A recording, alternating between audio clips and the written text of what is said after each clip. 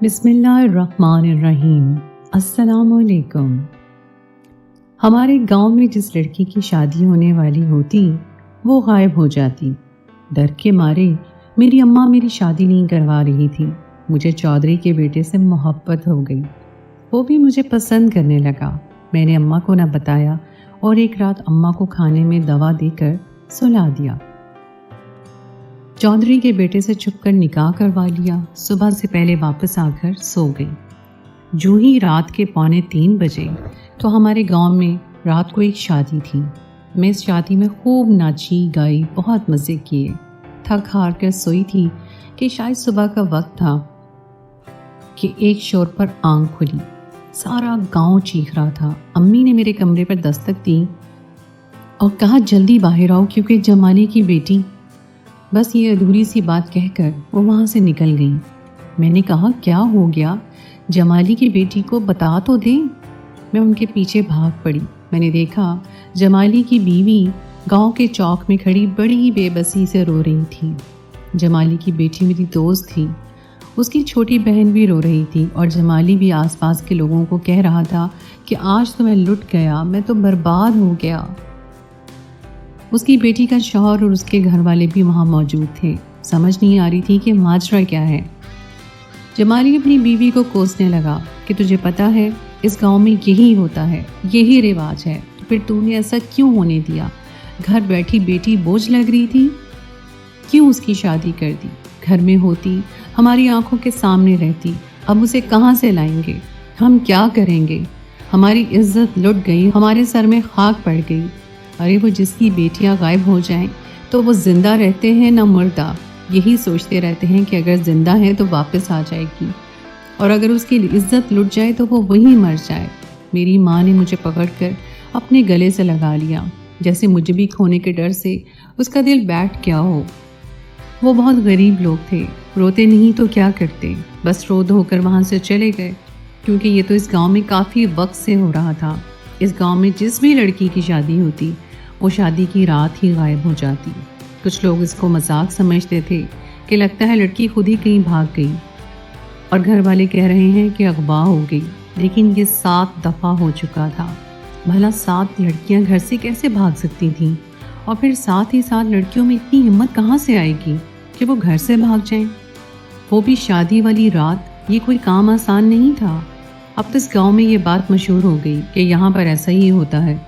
لوگ اپنی بیٹیوں کی شادیاں کرنے سے ڈر رہے تھے۔ ہم لوگ گھر واپس آ گئے اور میری ماں جو مجھے گلے سے لگائے بیٹھی تھی چھوڑ ہی نہیں رہی تھی۔ خیر، میرا نام ارم ہے۔ میرے بابا اس دنیا میں موجود نہیں تھے۔ میں اپنی ماں کی اکلوتی اولاد تھی، وہ مجھے بہت پیار کرتی۔ اب ان کے دل میں یہ ڈر بیٹھ گیا اور وہ کہنے لگی میں تیری شادی نہیں کروں گی، کہیں تو بھی غائب نہ ہو جائے۔ اگر تو ایسے غائب ہو گئی تو پھر میں کیا کروں گی؟ میں تو جیتے جی مر جاؤں گی۔ لیکن میں دل ہی دل میں سوچنے لگی کہ اماں کے دل سے یہ بات کس طرح سے نکال دوں، کیونکہ میں شادی کرنا چاہتی تھی اور مجھے شادی کرنے کا بہت شوق تھا۔ مجھے لگتا تھا کہ یہ سب کچھ جھوٹ ہے۔ میری ماں تو اتنا ڈر گئی تھی کہ مجھے گھر سے باہر نہیں جانے دے رہی تھی۔ آج 3 دن ہو گئے تھے اور میرا گھر میں دم گھٹ رہا تھا۔ اماں صبح کی نماز پڑھنے سے تھوڑی دیر پہلے سویا کرتی تھی، اور جب وہ سو گئی تو میں چپ چاپ گھر سے نکل گئی اور کھیتوں کی طرف چلی گئی۔ ہمارے گاؤں میں کچھ زیادہ نہیں، بس ملکوں کی حویلی تھی جو ہمیں کسی محل جیسی لگتی۔ میں بھی اس کے آس پاس منڈلانے لگی۔ اندر جانے کی ہمت نہیں تھی، یوں ہی شرارت میں آ کر زمین سے پتھر اٹھا کر ادھر ادھر مار رہی تھی، کبھی ہوا میں اچھال دیتی اور کبھی ادھر پھینک دیتی۔ میں نے پتھر پھینکا تو کسی کے کراہنے کی آواز آئی۔ لگتا ہے میرا پھینکا ہوا پتھر کسی کو لگ گیا ہے۔ میں اس طرف بھاگی تو دیکھا وہاں کوئی نہیں تھا، بلکہ بڑے ملک صاحب کا بیٹا تھا جس کا نام ملک جنید تھا۔ سنا تھا ملک جنید اس قدر خوبصورت ہے کہ اسے دیکھ کر حسن یوسف کی یاد آ جاتی ہے۔ اسے دیکھ کر میں بھی کہیں کھو سی گئی تھی۔ مجھے سمجھ نہیں آ رہی تھی کہ میں کیا بولوں۔ وہ بول اٹھا، تم نے کیوں ادھر پتھر پھینکا ہے؟ تمہیں پتا ہے پھینکا ہوا پتھر مجھے لگ گیا ہے اور اس جرم میں تمہاری جان بھی لے سکتا ہوں۔ جب اس نے یہ کہا کہ میں تمہاری جان بھی لے سکتا ہوں، تب میں ہوش میں آئی کہ میری جان تو اس کے حسن کے آگے ہی پہلے ہی قربان ہو گئی ہے۔ میں فوراً اس کے قدموں میں بیٹھ گئی اور ہاتھ جوڑ کر معافی مانگنے لگی۔ ملک صاحب، مجھے معاف کر دیں، مجھ سے غلطی ہو گئی، ورنہ میں آپ کو کیوں ماروں گی؟ میری آپ سے کیا دشمنی؟ میں نے جلدی سے اپنے دوپٹے سے اس کے ماتھے پر دباؤ ڈالا، کیونکہ اس کے سر پر تو واقعی کافی گہرا زخم لگ گیا تھا۔ وہ میری آنکھوں میں دیکھنے لگا اور کہنے لگا، نام کیا ہے تیرا؟ میں نے کہا، میرا نام ارم ہے، میں زمیندار عبداللہ کی بیٹی ہوں اور وہ اس دنیا میں نہیں رہے۔ اس نے کہا، اندر آ جاؤ، پانی پی کر جانا۔ میں نے کہا، نہیں، میں نہیں آؤں گی۔ اس نے کہا، کیوں نہیں آؤ گی؟ کیا میں تمہیں کھا جاؤں گا؟ میں نے کہا، ہاں سنا ہے، آپ لڑکیوں کو کھا ہی جاتے ہیں۔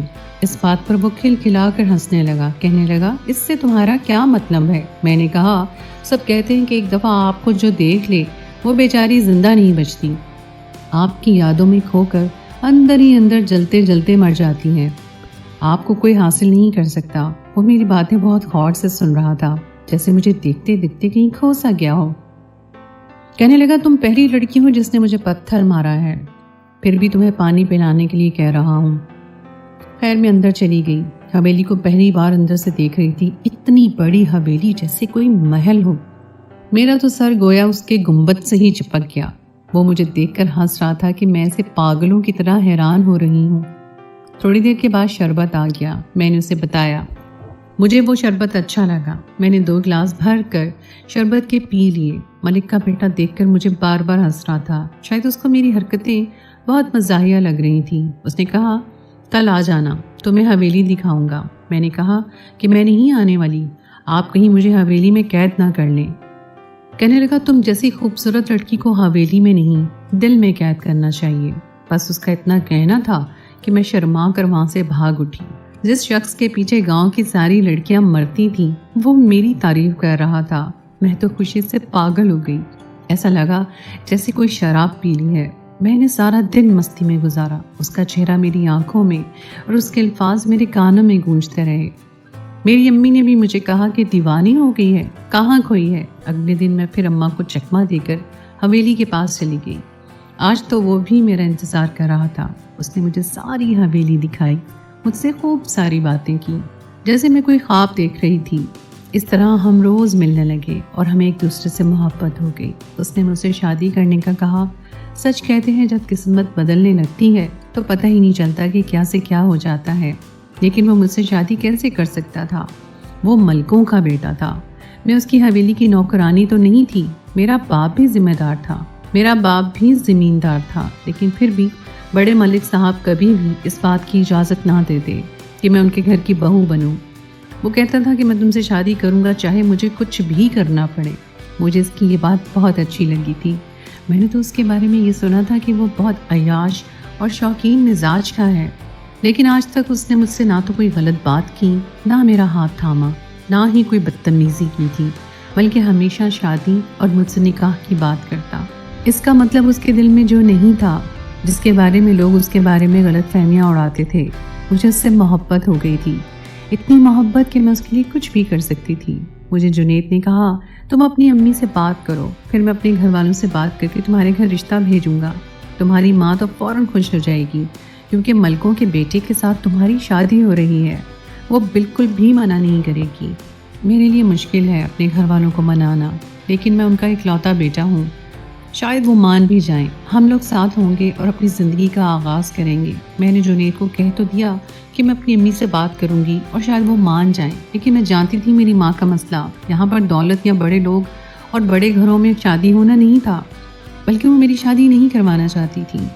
وہ شادی جس کے نام پر وہ کام چاہتی تھی کہ میں بھی شادی والی رات غائب ہو جاؤں گی، اس کے بعد اس کی زندگی برباد ہو جائے گی۔ پر بات کرنا ضروری تھا، کیونکہ جنید کو بھی کہہ دیا تھا کہ بات ضرور کروں گی، اور میں نے امی سے کہا کہ آپ سے بہت ضروری بات کرنی ہے۔ امی نے کہا، بولو کیا بات ہے، میں سن رہی ہوں۔ میں نے کہا، اماں کیا تو نہیں چاہتی کہ میں کسی بڑے گھر کی بہو بنوں، میری شادی ہو جائے؟ میرا اتنا ہی کہنا تھا کہ اماں نے مجھے چپ کروا دیا۔ خبردار تم نے شادی کا نام لیا، 19 سال کی عمر میں تجھے شادی کی پڑی ہے؟ 19 تو کیا 29 بھی ہو جائے، میں تیری شادی نہیں کروں گی۔ تجھے پتا نہیں اس گاؤں میں جب جس کی شادی ہوتی ہے وہ لڑکی غائب ہو جاتی ہے، جانے کہاں چلی جاتی ہے، نہ زندہ رہتی ہے نہ مردہ، پتہ ہی نہیں چلتا آخر گئی کہاں، اور تجھے شادی کی پڑی ہے؟ میں نے کہا، تو کیا ساری زندگی تم میری شادی نہیں کروائے گی؟ میری ماں نے کہا میں ساری زندگی تیری شادی نہیں کرواؤں گی، تجھے اپنی آنکھوں کے سامنے رکھوں گی لیکن کسی کے حوالے نہیں کروں گی۔ میں نے کہا اگر میرا ہونے والا شوہر ملکوں کا بیٹا ہو تب بھی میری شادی نہیں کرے گی۔ ماں نے کہا وہ ملکوں کا بیٹا ہو یا اس ملک کے وزیر اعظم کا بیٹا ہو، میں نے تیری شادی نہیں کرنی۔ یہ ملک کا بیٹا کہاں سے آ گیا؟ آگے کیا کہنا چاہتی ہے؟ کیا تو نے کوئی چکر چلایا ہے؟ مجھے سچ بتا دے، نہیں تو تجھے گھر میں قید کر دوں گی۔ میں اپنی ماں سے ڈر گئی۔ کہا ایسا کچھ نہیں ہے، میں نے تو بس یوں ہی کہہ دیا تھا کہ ملکوں کا بیٹا مجھے دیکھے گا اور مجھ سے شادی کر لے گا۔ مثال دے رہی تھی اگر ملکوں کے بیٹے کا رشتہ آ جائے تو کیا اس بارے میں بھی تو بات نہیں کرے گی؟ میں نے اپنی ماں کو سچ نہیں بتایا کہ مجھے پتا تھا سچ سن کر بھی ماں یہی جواب دے گی، لیکن میں کیا کر سکتی تھی؟ میں نے یہ بات جنید کو بتائی۔ اس نے کہا ایسا کیسے ہو سکتا ہے کہ وہ اس بات کو نہ مانے؟ میں نے کہا ہر انسان دنیا میں لالچی نہیں ہوتا، میری ماں کو دولت سے زیادہ مجھ سے محبت ہے۔ جنید نے کہا کہ اس نے اپنے گھر والوں سے بات کی لیکن وہ نہیں مانے۔ میں نے ارادہ کر لیا ہے کہ میں تم سے چھپ کر شادی کروں گا۔ ان کی مرضی کے خلاف ایک دفعہ شادی ہو جائے تو پھر وہ کیا کریں گے؟ میں اتنا کچھ کر رہا ہوں تمہارے لیے اور تمہاری ماں نہیں مان رہی، اب کیا کروں؟ تمہاری ماں ہماری محبت کا راستہ روک رہی ہے۔ میں نے جنید سے کہہ دیا کہ اپنی ماں کو ہماری محبت کے راستے میں میں نہیں آنے دوں گی، میں تم سے شادی کے لیے تیار ہوں۔ میں تو کچھ بھی نہیں تھی، اس گاؤں میں رہنے والی عام سی لڑکی تھی جس کے سر پر باپ بھی نہیں تھا، بھائی کی عزت کی پگڑی بھی میرے سر پر نہیں پڑی تھی، لیکن وہ ملکوں کا بیٹا تھا اور پھر بھی مجھ سے شادی کرنے کو تیار تھا، صرف ہماری محبت کے لیے۔ جب وہ ایسا کر سکتا تھا تو میں کیوں نہیں کر سکتی تھی؟ میں نے اسے کہا مجھے رات کے ٹائم آنا ہوگا، اسی دن ہم لوگ نکاح کر لیں گے۔ میں نے کہا تم فکر نہیں کرو، میں وقت پر پہنچ جاؤں گی۔ جنید نے مجھے جو دن بتایا تھا میں نے اس دن گھر میں کھانا بنایا، اپنی ماں کو شک نہیں ہونے دیا کہ میں اتنا بڑا کام کرنے والی ہوں۔ سارا دن گھر میں نارمل تھی۔ رات کو میں نے کھانا بنایا، اپنی ماں کے کھانے میں نیند کی دوا ملا دی۔ میری اماں کمرے میں گئی اور بے خبر سو گئی۔ میں اپنے گھر سے تیار ہو کر نکلی۔ حویلی پہنچ کر اس نے مجھے بتایا کہ حویلی کے اندر مت آنا، باہر ہی رکنا، میں پورے وقت پر آ کر تمہیں لے جاؤں گا۔ میں باہر کھڑی تھی، میرا دل پوری طرح گھبرا رہا تھا، میں بہت ڈری ہوئی تھی، لیکن 5 منٹ کے بعد جنید آ گیا۔ جنید کو وہاں دیکھ کر میری جان میں جان آ گئی۔ وہ مجھے ایک الگ سائڈ پر بنے ہوئے کمرے میں لے گیا، وہاں پر کچھ پرانی گاڑیاں اور گندم پڑی تھی۔ اس نے کہا یہیں بیٹھ کر ہمارا نکاح ہوگا، میں تمہیں اندر نہیں لے جا سکتا، تم کچھ دیر یہاں ہی انتظار کرو، میں قاری صاحب اور گواہوں کو لے کر آتا ہوں۔ میں وہیں بیٹھ گئی، وہاں گندم کی بوریاں بھری پڑی تھیں۔ میں وہیں پر بیٹھی تھی کہ اچانک اس کمرے میں ایک لڑکی داخل ہوئی جو دلہن کے لباس میں ملبوس تھی۔ وہ بہت ڈری ہوئی تھی اور میری طرف آگے ہوئی کہنے لگی مجھے بچا لو، مجھے بچا لو۔ مجھے سمجھ نہیں آیا کہ میں کیا کروں، یہ لڑکی کون ہے، اس وقت یہاں کہاں سے آ گئی اور مجھ سے کیا چاہتی ہے؟ میں بھی اس کی طرف متوجہ ہوئی۔ پیچھے سے ایک بڑا شخص آیا، آ کر اس کو پکڑ کر وہاں سے لے گیا۔ میں بھی جانے لگی کہ مجھے جنید نے آواز دی اور کہا کہ یہاں پر ایک لڑکی آئی تھی، کہاں چلی گئی؟ اس نے کہا وہ پیاری لڑکی بڑی بڑی آنکھوں والی؟ میں نے کہا ہاں وہی تھی، وہ ابھی بھی آئی تھی۔ اس نے کہا وہ ہمارے ڈرائیور کی بیٹی ہے، بیچاری کا دماغ تھوڑا خراب ہے، روز رات کو دلہن بن جاتی ہے، پھر لوگوں کے پاس جا کر کہتی ہے کہ مجھے بچا لو۔ جو اسے لے کر گیا تھا وہ ہمارا ڈرائیور اور اس کا باپ ہی تھا، بیچاری ذہنی مریضہ ہے۔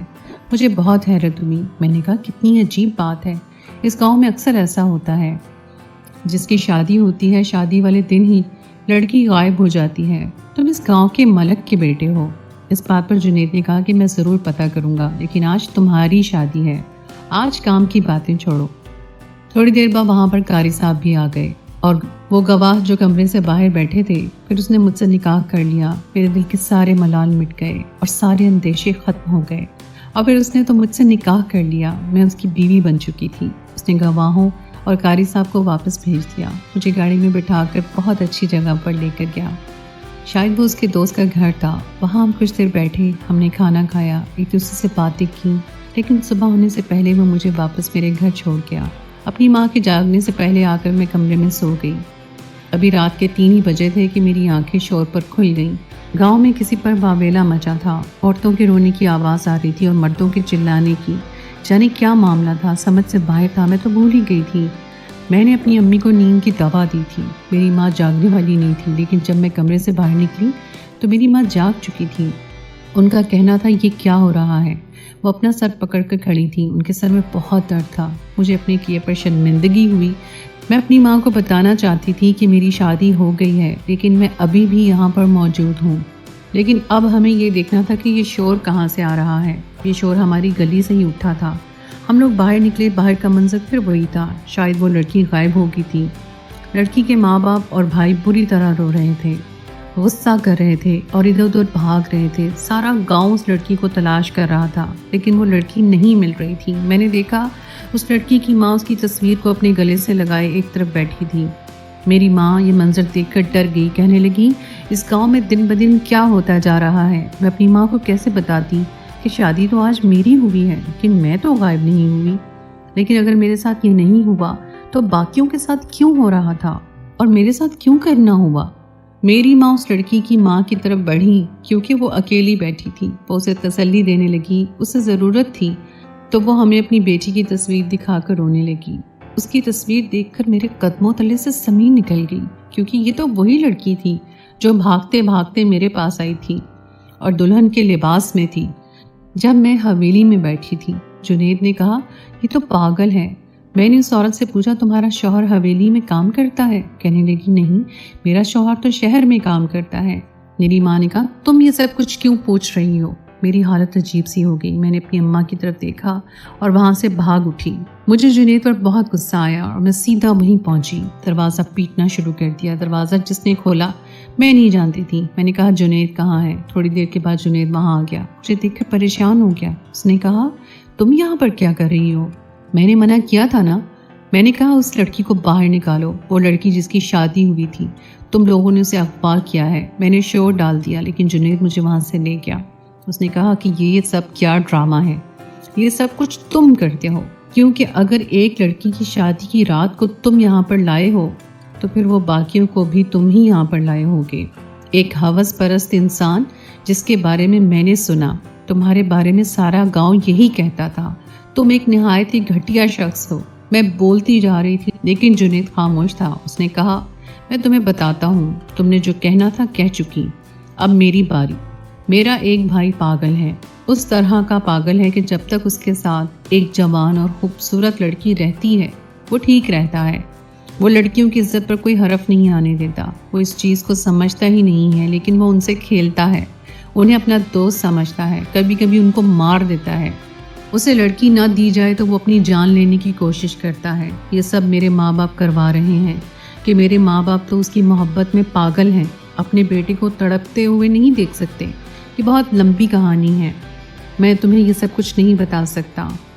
جب بھی کسی لڑکی کی شادی ہوتی ہے اسے اٹھا لیا جاتا ہے، لیکن میں اپنے گھر کے اس ماحول اور ان کاموں کے سخت خلاف تھا. اس لیے میں نے ان کی مرضی کے بغیر تم سے شادی کر لی اور تم پر کوئی حرف نہیں آیا، کیونکہ تم میری بیوی ہو. تمہیں کوئی کیسے اٹھا کر لا سکتا تھا. میں نے ارادہ کر لیا کہ میں تمہیں لے کر یہاں سے چلا جاؤں گا. ہم شہر میں جا کر رہیں گے. میں نے کہا یہ یہاں چھوڑ کر جانے سے ختم نہیں ہوگا. اگر تم مجھ سے محبت کرتے ہو اور تم یہ سب کچھ غلط سمجھتے ہو تو یہ ساری بات سارے گاؤں اور پولیس کو تمہیں بتانی ہوگی. اپنے اس بھائی کو قید کروانا ہوگا. وہ اسی قابل ہے. اگر تم ایسا نہیں کرو گے تو میں ایسا کروں گی. مجھے کوئی پرواہ نہیں. تم سے جڑے رشتوں کی میں یہ ظلم برداشت نہیں کروں گی. وہ عورت کیسے رو رہی تھی، ان کا کیا قصور تھا؟ جنید نے میرا ہاتھ پکڑ لیا اور کہا مجھے چھوڑ کر جانے کی بات مت کرو. نہیں تو میرا دل بیٹھا جا رہا ہے. میں تم سے بہت محبت کرتا ہوں. تم جیسا کہہ رہی ہو میں ویسا ہی کروں گا. اور پھر جنید نے ایسا ہی کیا. پولیس کو سب کچھ سچ سچ بتا دیا. جنید کے بھائی اپنے ہوش حواس میں نہیں تھے. اسے قانون کے کٹہرے میں لایا نہیں جا سکتا تھا، لیکن اس کو پاگل خانے میں داخل کر دیا گیا. جنید کے باپ کو پولیس نے پکڑ لیا. میں اور جنید گاؤں چھوڑ کر اپنی ماں کو ساتھ لے کر شہر آ گئے. کچھ دن بعد پتہ چلا جنید کے باپ نے ضمانت کروا لی ہے اور جنید کو جائیداد سے آگ کر دیا ہے. لیکن ہمیں کوئی دکھ نہیں تھا. اگر ہم یہ ظلم برداشت کر کے چپ چاپ بیٹھے رہتے ہم بھی گنہگار ہوتے، ہمیں بھی سزا ملتی اور ہماری زندگی خراب ہو جاتی. لیکن اللہ کا کرم تھا، شاید اس کو یہ بات پسند آ گئی. شہر آتے ہی جنید کی ایسی نوکری لگی کہ اسے گھر بھی مل گیا اور گاڑی بھی. شادی کے پہلے ہی سال اللہ نے 2 بیٹوں سے مجھے نواز دیا۔ زندگی بہت خوبصورت انداز میں گزر رہی ہے۔ تو دوستو، یہ تھی ہماری آج کی کہانی۔ امید ہے آپ کو آج کی کہانی پسند آئی ہوگی۔ اگر آپ کو ہماری کہانی پسند آئی ہے تو اسے لائک ضرور کیجیے اور دوستوں کے ساتھ شیئر بھی کیجیے۔ اور اگلی کہانی تک کے لیے مجھے اجازت دیں۔ اللہ حافظ۔